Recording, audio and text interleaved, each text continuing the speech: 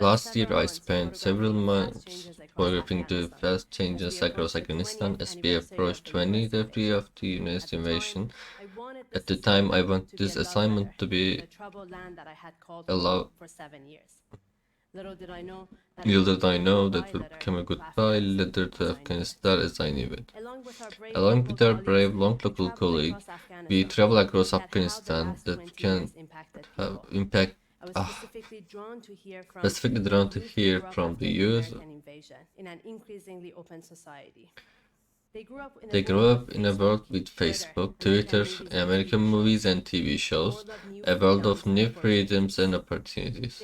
They also endured war and terrorism, poverty and dislocation, barely surviving on their corrupt government and the perpetual threat of survival bombings.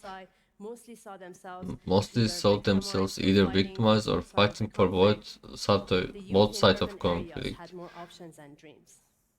Many of the young men and women that we met with were hanging on to the last resource of hope because of the American withdrawal and Taliban's imminent takeover. For me, confronting this was the beginning of the end. I want to take you on a journey in the leading Taliban's takeover of Afghanistan. Last April, I sat down on the cold cement of the prison with two teenage boys who were incarcerated for political charges.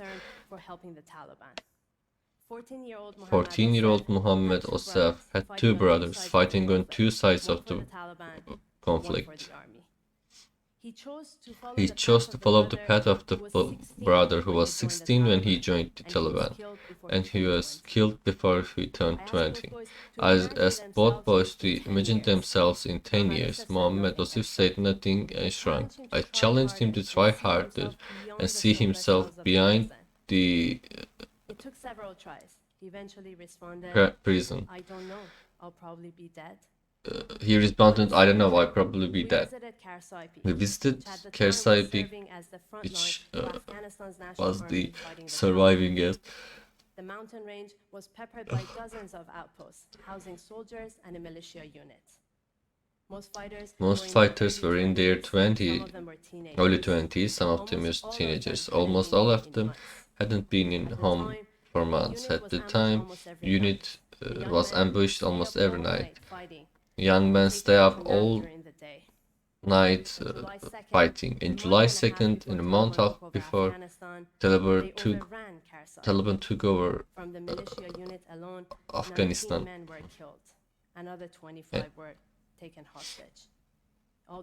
All these young men for the legacy of the American invasion. The war drove her out of her village and turned her sons into enemies. The conflict birthed itself between her own. Her oldest son joined an anti-Taliban militia unit, another joined the Taliban, and her three youngest were recruited by the army. Here she is revealing an open wound on her, a wound that doctors believe is caused by grief. The first and only music school in Afghanistan, I met 17-year-old, a brilliant violinist. She is the symbol of this generation. I came of age for relative. Some come of the most inaccessible regions of Afghanistan. Her father was kidnapped by the Taliban. After the fall of Kabul, instruments were destroyed. On August 26, Sambul and her uncle were outside the airport trying to flee when a suicide bomb ripped for the craft. Someone survived the attack, but her dream of performing inside Afghanistan vanished, like 170 people who died all around her at that day. Over the course of that final summer, we watched as the country rapidly fell into the hand of Taliban. To keep track of the fallen district, another to count the fallen men. We watching this belief as 20 years of progress in women's rights, education, freedom of expression that disappeared in 20 days. On August 15, that they left the house at 4 a.m. and headed to the airport to photograph Afghans who are desperately trying to leave. By noon, Taliban fighters were marching on the street, and by early evening, they taken over the presidential palace. One of the most difficult decisions on my life was to leave that day. Came to the street, running in every direction. I will never forget the panic on the face of people. I by myself, grappling immense guilt for living and being able to live. I was also heartbroken, thinking that I could never return to this home that has shaped me not only as a photographer, but a human being. Many Afghans had been devastated and overwhelmed with grief, and I recently got up with Sambul and his, where they ended up after the healing her scarred soul while pursuing her dream in Europe. Hafeza had gone back to her village to spend some time with her. I have to hang on to hope, the hope for a country, for an open wounds that are struggling to heal. Thank you. Thank you. I have a couple questions. It's not a big deal. You have got back to Afghanistan since you left. Can you tell us what it feels like? The situation is very grim, and its war has ended with a cause. Poverty is. People are hungry. Girls can't go to school. It's very grim. I know you love this country a lot. What one thing you want people to know we are thinking when we are thinking about Afghanistan? Many Afghans arriving in America, Canada, West, open your doors for them. They've been traumatized, they've been stripped from everything they had, their identities, help them to settle, make them feel at home. Also get involved if you want the organizations that doing stuff, especially girls' education back in Afghanistan, people who are arriving here back in Afghanistan. Thanks, thank you.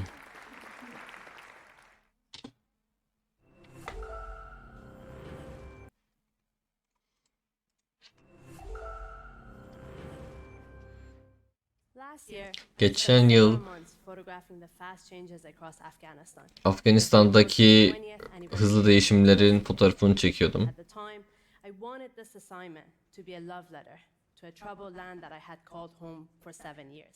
7 yıl boyunca bu alanı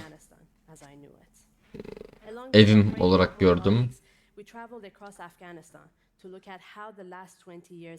Birkaç cesur meslektaşımla birlikte son 20 yılda Afganistan'da ne olduğunu araştırdık. Facebook, Twitter, Amerikan televizyonunun olduğu bir ülkede büyüdüler. Aynı zamanda savaş, terörizm, yerlerinden edilme ve fakirlik gibi şeylerle de karşılaştırdılar.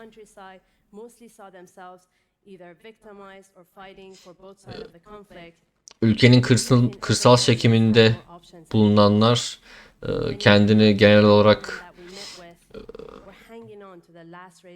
daha kötü bir durumda bulurken ülkenin şehirleşmiş bölgelerinde bulunanlar bir parça daha iyi imkanlara sahip olabiliyorlar. Taliban'ın Afganistan'ı ele geçirmeye başladığını görmek benim için çok da iyi bir tecrübe değildi.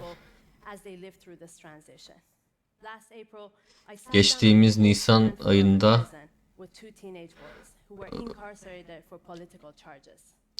politik sebeplerden dolayı hapse atılan 2 tane genci hapishanede ziyaret etme falan şansım bulundu. Bunlardan bir tanesi 14 yaşındaki Muhammed'di. Kendisinin iki kardeşi de iki farklı taraf için savaşıyordu. Bir tanesi Taliban, bir tanesi ise hükümet ordusu için savaşıyordu. Kendisine 10 yıl sonra kendisini nerede gördüğünü sorduğumda çok zorlandı ve bir şey söyleyemedi. Ve kendisine tekrar denemesini söyledim. Birkaç deneme sonrasında cevap verdi ve bilmiyorum, büyük ihtimalle ölü olurum dedi. O sırada Afganistan'ın Taliban'la savaşan ulusal ordusunun üssü olan bölgeye gittik. Buradaki savaşçıların büyük bir çoğunluğu 20'li yaşlarındaki gençlerdi ve büyük bir çoğunluğu aylardır evlerine gidememişlerdi. O zamanlarda bu ünite her gün saldırılara maruz kalıyordu.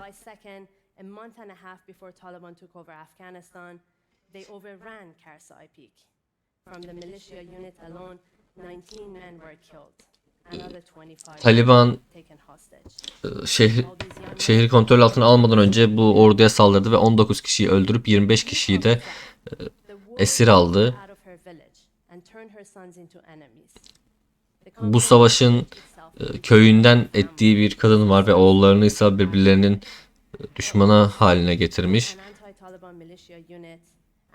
En büyük oğlu Taliban karşıtı hükümet ordusuna katılırken başka bir oğluysa Taliban'a katıldı.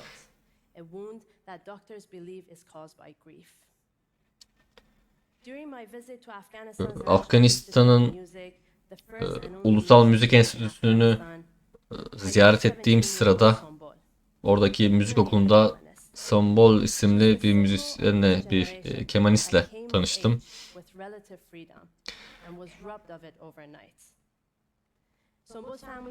Sambol'un ailesi Afganistan'ın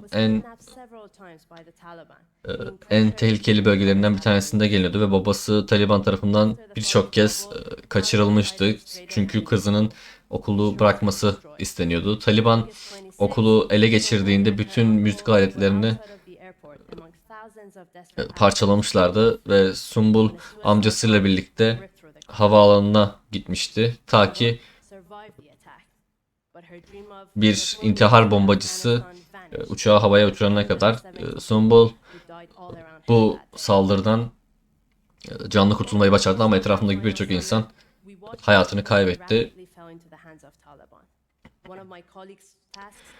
İş arkadaşlarımdan bir tanesi düşmüş sokakları kontrol etmekken başka bir tanesinin ise ölen kişilerin sayısını saymaktı.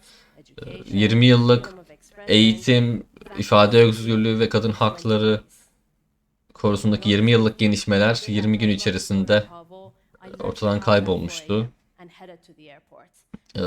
Taliban şehri kontrol altına aldıktan sonra sabah 4'te havaalanına gidip Taliban'ın zaferinin ardından havaalanına koşuşturan kişilerin fotoğrafını çektim.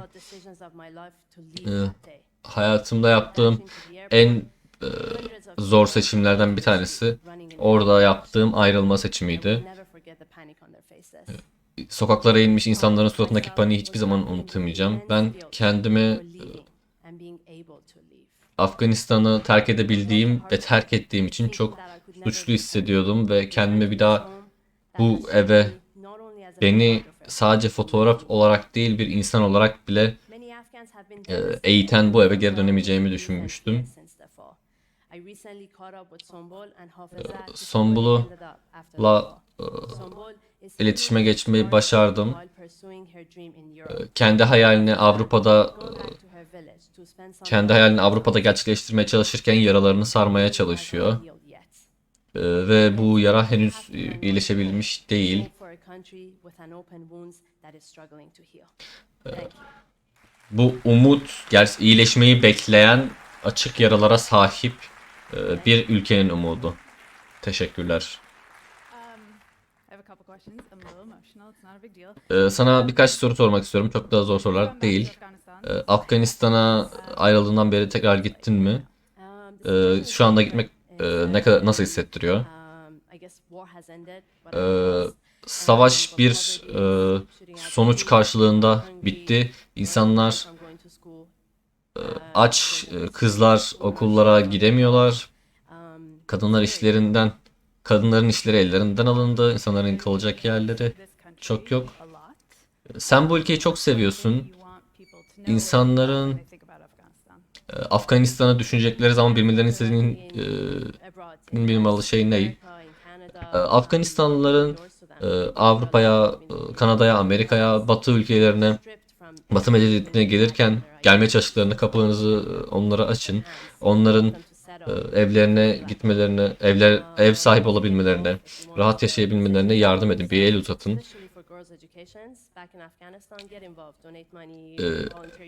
Afganistan'daki insanlara yardım etmeye çalışan, özellikle de kızların eğitimiyle alakalı konularda yardım etmeye çalışan kuruluşlara yardım etmeye çalışın. Bağışlarda bulunmaya çalışın.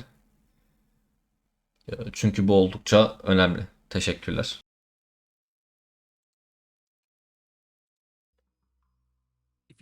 If you want to build self-discipline, you can do well to listen Marcus Aurelius. It's considered as the last of the five good empires of Rome during his year.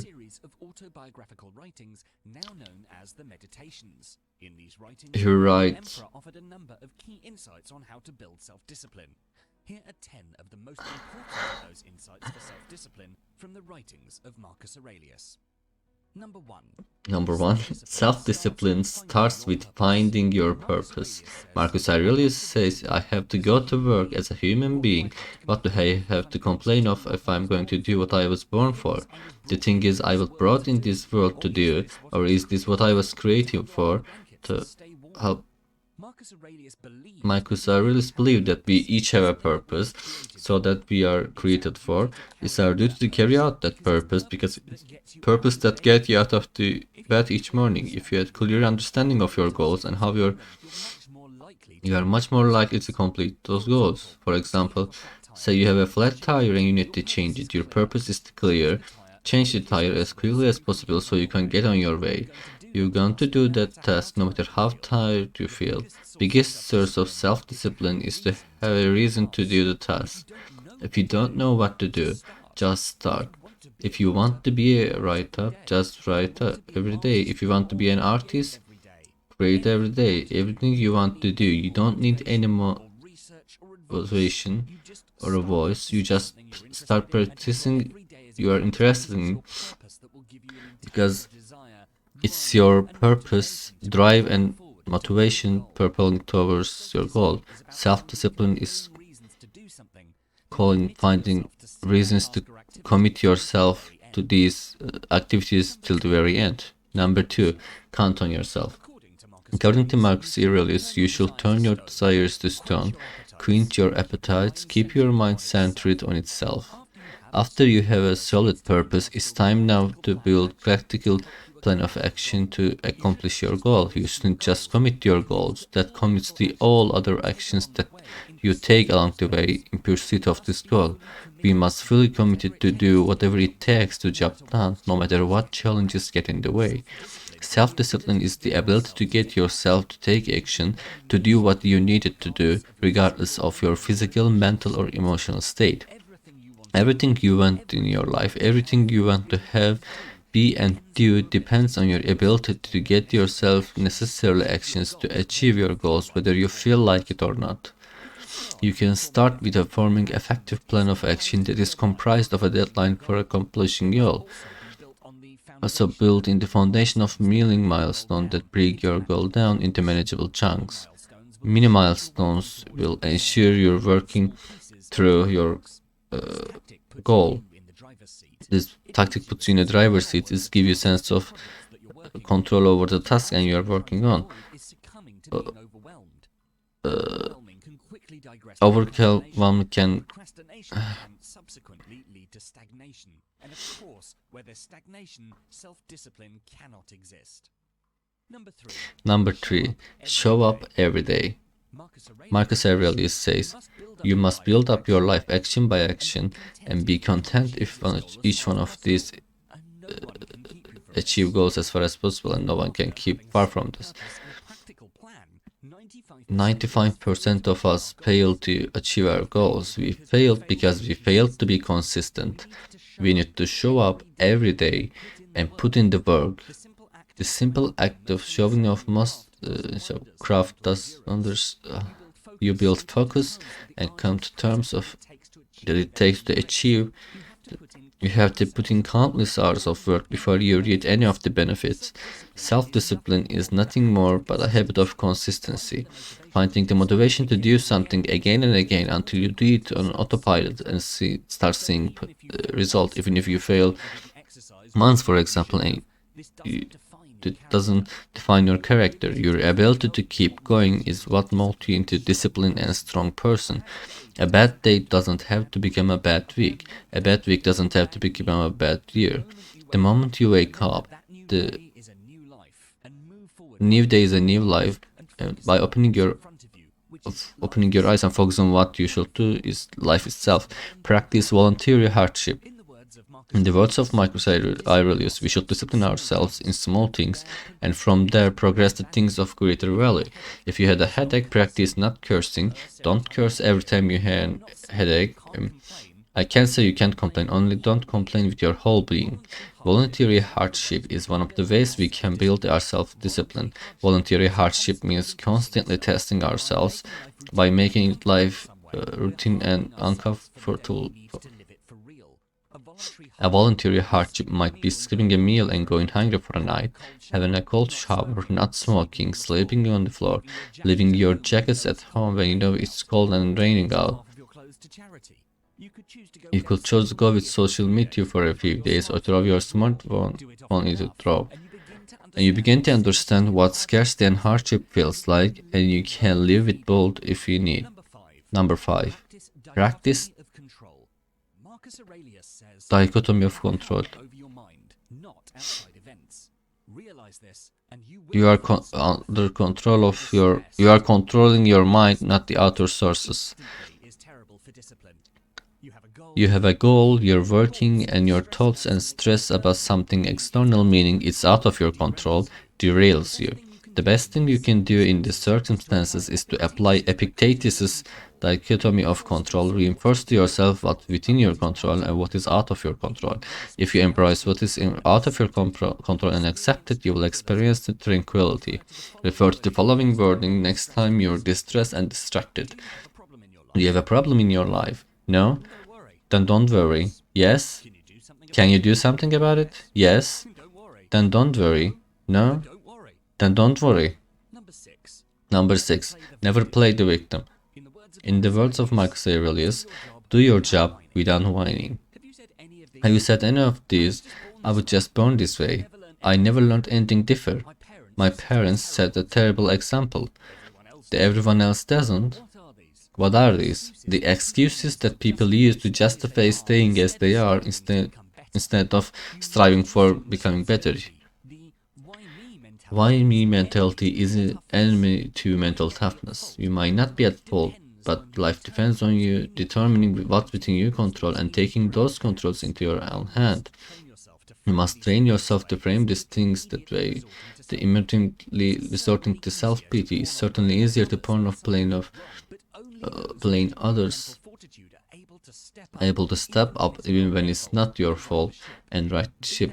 Be that person who steps in to take action, not the one who looks the other way in constant blame. When you victimize yourself or your current position, you relinquish your control and absorb yourself as a personal responsibility. Without a sense of ownership, meaningful progress becomes an impossible task. Number 7. Practice delayed gratification. In the words of Marcus Aurelius, you born to feel nice instead of doing things and nice and experience them. Don't see the plants and birds and the ants and spies and going about individual tasks, putting the world in order as best as they can, and you are not willing to do your job as a human being. Why not? You are running to do what nature demands. Delayed gratification involves the ability to wait to get what you want. Imagine a company Christmas party when you encounter plenty of delicious food when you're trying to lose weight. If you give in and flap your flap with fattening foods, you might fail your diet, but you might get instant gratification. Shedding those unwanted pounds and being able to fit into your favorite pairs of skinny jeans. This ability to resist temptation is often referred to as self-discipline, and delayed gratification is often seen as central part of this. We can. Number 8. Ignore naysayers. When another blames you, hate, or people voice similar criticisms, go to their souls, penetrate inside, and see what sort of people they are. You will realize that there is no need to be backed with anxiety. They should hold any particular opinion about you. Whenever you step out from norm and declare, even if only to yourself, they believe you in special purpose enough, you're going to do whatever it takes to achieve. You will attract naysayers. Naysayers are the people who criticize, object to, or oppose to something. The naysayers just love to say nay. They might love you, but they are afraid of progress. Today, against everything, that their opinion is just terrible for your self-discipline. You need to realize that allowing yourself to be upset by the opinion sometimes you don't know or don't respect is a foolish, and getting upset about whether it's a waste of energy. That voice doesn't deserve to be heard. Don't hand over your peace of mind to outsiders to destroy they please. You should accept. But if someone just as history being a naysayer, ignore them. Number 9. Find wise people to emulate. Marcus Aurelius says it will even do to socialize with a man of good character in order to model your life on theirs, whether you choose someone living or someone from the past. It's time now at strengthening your self-discipline. Specifically, let's identify role models. Your role model could be your friend, family, or colleagues who will really achieve your goal you're working toward. Ask yourself who's successfully achieved this goal, who has successfully mastered this habit, who has successfully made this change, who has the necessary self-discipline in this area, and what can I learn from this person that can help me along my journey. Take time to ask these people how they discipline themselves, how they follow through the specific action that they desire the outcome. Number 10. Honestly review your day. In the words of Marcus Aurelius, these are the characteristics of the rational soul. Self-awareness is self-examination and self-determination. It reaps its own harvest. It succeeds in its own purpose. One of the best ways to become more disciplined is discovering yourself and find your weak spots. Be brutally honest and use this time to connect to your subconscious. Will allow you to become more self-aware through every step of your day, because you will be actively gathering information to formulate and articulate constructive answers to these questions. Ask yourself, what did I do well today? Were my discipline and self-control tested? Where did I do good? What did I do bad?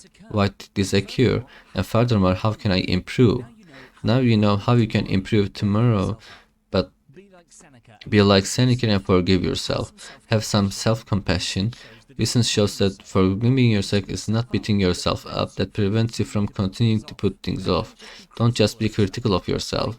Think about what you can do well so you can repeat it tomorrow. Be grateful for the good that happened today. If you like this video, please do make sure to check out our